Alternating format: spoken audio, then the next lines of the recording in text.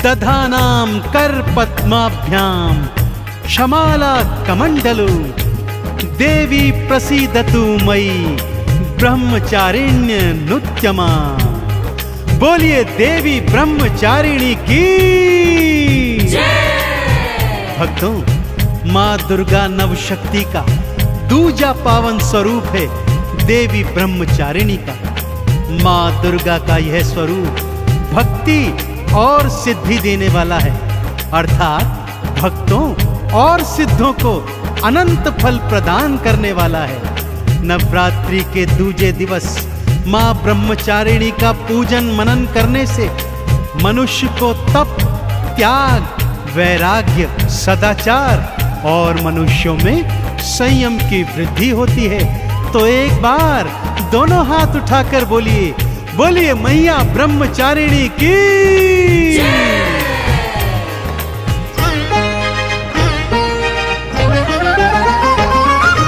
दुर्गा रूप निरंजनी दूजा ये अवतार है। ब्रह्मचारिणी माँ को ध्यालो सबका बेड़ा पार है। दुर्गा रूप निरंजनी दूजा ये अवतार है। ब्रह्मचारिणी माँ को ध्यालो सबका बेड़ा पार है। ब्रह्मचारिणी नमो नमः, आदि भवानी नमो नमः, जन कल्याणी नमो नमः, माँ वरदानी नमो नमः। ब्रह्मचारिणी नमो नमः, आदि भवानी नमो नमः, जन कल्याणी नमो नमः, माँ वरदानी नमो नमः।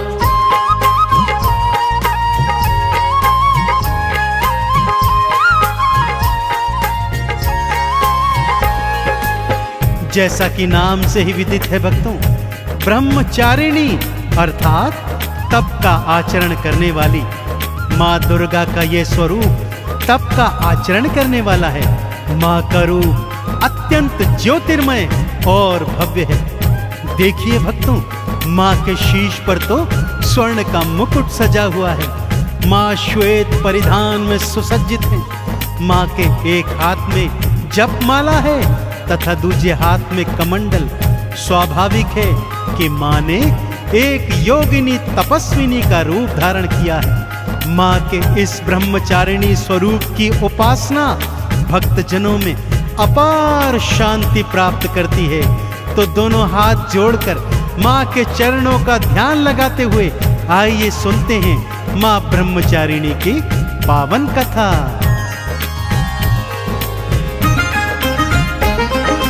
ब्रह्मचारिणी मैया भक्तों श्वेत वस्त्र को धारे है। जपमाला ले करके हाथ में शिव का नाम उचारे है।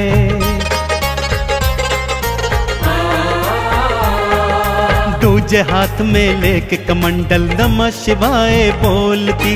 अपने मन मंदिर के द्वारे शिव के लिए ही खोलती। शांत स्वरूप अपार है, माँ करुणा आधार है। ब्रह्मचारिणी माँ को ध्यालो सबका बेड़ा पार है। ब्रह्मचारिणी नमो नमः, आदि भवानी नमो नमः, जन कल्याणी नमो नमः, माँ वरदानी नमो नमः।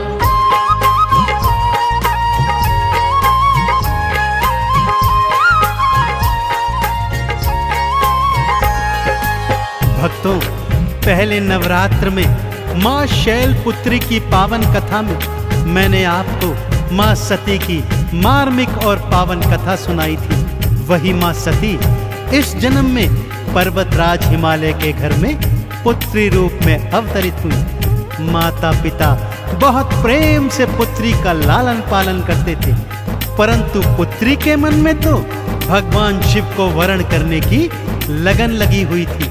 वो तो खेल भी ऐसे खेलती थी भक्तों कि स्वयं दुल्हन बन जाती और भगवान भोलेनाथ को दूल्हा मान उनसे विवाह करती रहती।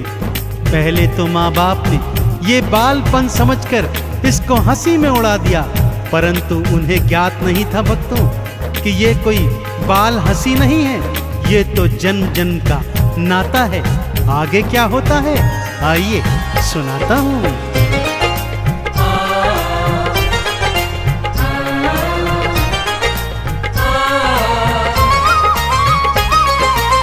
बालापन से शैलपुत्री माँ नमः शिवाय बोलती, अपने प्रेम को गौरा रानी शिव भक्ति में तोलती।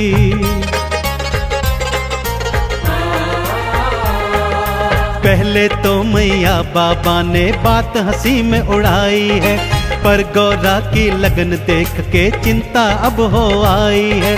शिव इनके भगवान हैं, शिव ही इनका प्यार है, ब्रह्मचारिणी माँ को ध्यालो सबका बेड़ा पार है। ब्रह्मचारिणी नमो नमः, आदि भवानी नमो नमः, जन कल्याणी नमो नमः, माँ वरदानी नमो नमः।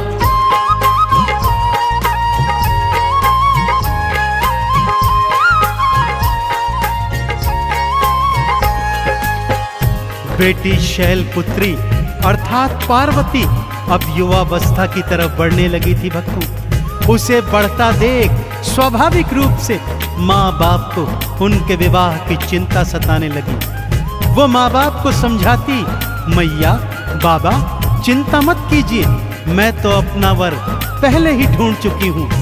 ये सुनकर तो माँ बाप और भी चिंतित हो जाते। एक दिन राज पंडित बुलवाया और तीनों लोक में भिजवाया, जाओ गौरा के लिए कोई उचित वर ढूंढ के लाओ। राज पंडित जब जाने लगे तो मार्ग में शैलपुत्री ने उन्हें रोका, बोला पंडित जी आपका भ्रमण व्यर्थ है, मैं तो मन तन धन से शिव को अपना मान ही चुकी हूँ। माँ ने समझाया, बाबा ने समझाया, सखियों ने समझाया, परंतु शैलपुत्री गौरा एक न मानी। और अब समय आ गया था माँ के ब्रह्मचारिणी स्वरूप को धारण करने का। ब्रह्म ऋषि नारद के कहे अनुसार उन्हें शिव को प्राप्त करने के लिए अब घनघोर तपस्या जो करनी थी। राजमहल को छोड़ी गौरा और वनों में आई है, शैलपुत्र के रूप को त्यागा योगी रूप धराई है। छोड़े सारे वस्त्र राजसी श्वेत वस्त्र को धारा है, शिव शंकर का ध्यान लगाती शिव ही सब संसारा है। मन में अब गंगाधार है, शिव ही सत्य आधार है, ब्रह्मचारिणी माँ को ध्यालो सबका बेड़ा पार है। ब्रह्मचारिणी नमो नमः, आदि भवानी नमो नमः, जन कल्याणी नमो नमः, माँ वरदानी नमो नमः।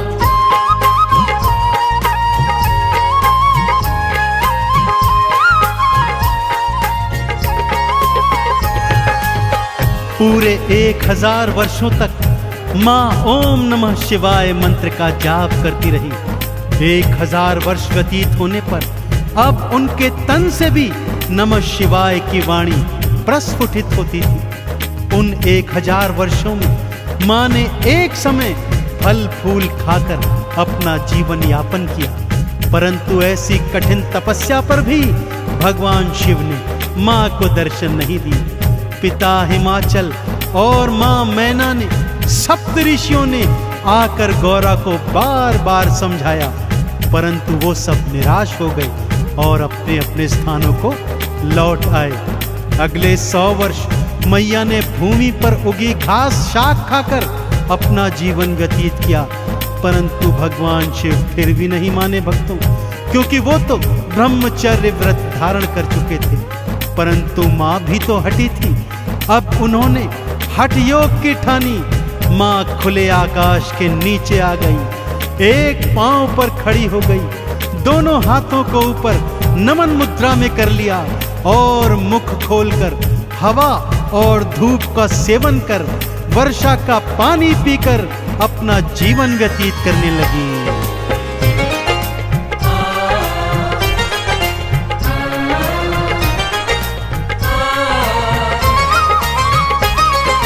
हवा धूप खाती थी मैया, वर्षा पानी पीती थी, नमः शिवाय मंत्र रात दिन मैया रानी जपती थी।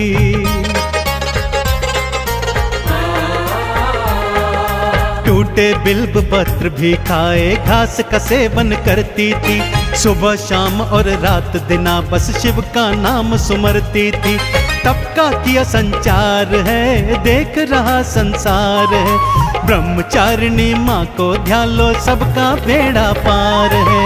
ब्रह्मचारिणी नमो नमः, आदि भवानी नमो नमः, जन कल्याणी नमो नमः, माँ वरदानी नमो नमः।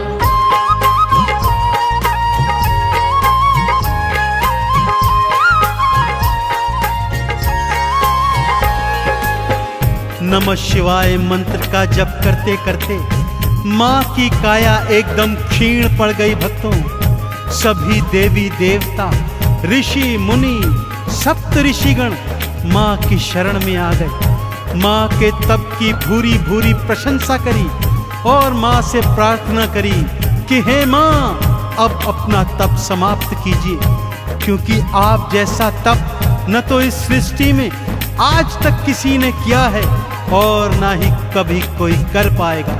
सभी ने माँ शैलपुत्री गौरा को ब्रह्मचारिणी का नाम दिया। तभी से सबने मैया की ब्रह्मचारिणी बोलकर जय जय बुलाई। सभी ने मिलकर चंद्रमौली भगवान शंकर को भी समझाया कि हे प्रभु, ये जो अपर्णा घास पात खाकर आपका घनघोर तप करती है, यही ब्रह्मचारिणी पूर्व जन्म में सती थी। कृपया इनका वर्ण कीजिए। सबके मनाने पर भगवान शिव मान गए, माँ को दर्शन दिया और उनके संग बड़ी धूमधाम से विवाह किया।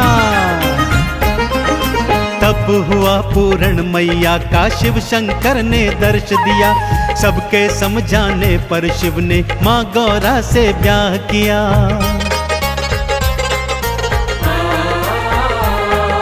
नंदी चढ़ के शिव के संग में माँ कैलाश पे आई है। चंदन तिलक लगा, भक्तों ने जय जयकार बुलाई है। खुशियों की बहार है, सृष्टि में जयकार है। ब्रह्मचारिणी माँ को ध्यान लो, सबका बेड़ा पार है। ब्रह्मचारिणी नमो नमः, आदि भवानी नमो नमः, जन कल्याणी नमो नमः।